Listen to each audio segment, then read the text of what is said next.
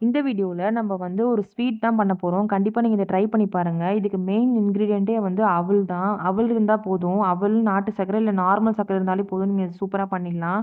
வாங்க எப்படி பண்றதுன்னு பார்க்கலாம். அதுக்கு முன்னாடி இதுவரையும் நம்ம சேனல் நீங்க சப்ஸ்கிரைப் பண்ணலாம், சப்ஸ்கிரைப் பண்ணிக்கோங்க. பெல் பட்டனையும் கிளிக் பண்ணிக்கோங்க.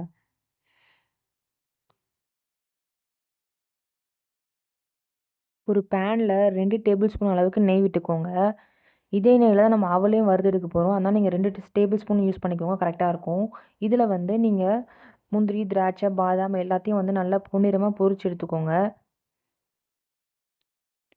இது நல்லா பொரிஞ்சோனே இத வேற பாத்திரத்துல மாத்தி வச்சுக்கோங்க. அதே நெய்யில 1 1/2 கப் அளவுக்கு அவல் சேர்த்துட்டு நல்லா பொன்னிறமா வறுத்து எடுத்துக்கோங்க. உங்களுக்கு எவ்வளோ குவான்டிட்டி வேணுமோ நீங்க அதுக்கேத்த மாரி வந்து அவலோட அளவ வந்து அதிகப்படுத்திக்கோங்க.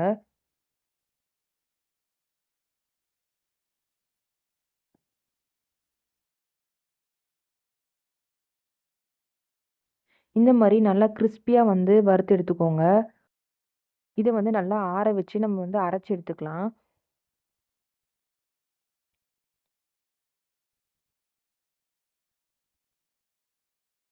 பேன்ல வந்து 1 ஸ்பூன் அளவுக்கு குக்கிங் ஆயில் சேர்த்துக்கோங்க. நம்ம அரைச்ச அவல வந்து இதுல வந்து சேர்த்துக்கலாம். சேர்த்துட்டு இதில நீங்க வந்து ஒரு 1 1/2 கப் அளவுக்கு தண்ணி விட்டுக்கோங்க. தண்ணி விட்டு நல்லா கட்டியே இல்லாம நல்லா வந்து கலந்து எடுத்துக்கோங்க. நல்லா மிக்ஸ் பண்ணிட்டே இருங்க. இல்லன்னா அடி பிடிச்சுக்கும். நல்லா ஒரு 5 மினிட்ஸ் நல்லா கலக்கிட்டே இருங்க.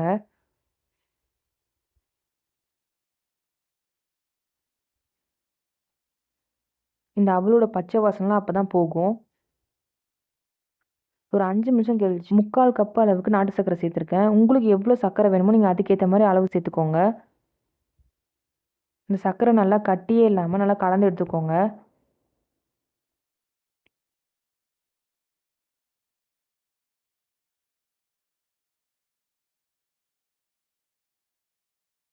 இது கூட ஒரு 2 டேபிள் ஸ்பூன் அளவுக்கு நெய் சேர்த்துக்கோங்க. நெய் சேர்த்துட்டு நல்லா மிக்ஸ் பண்ணுங்க.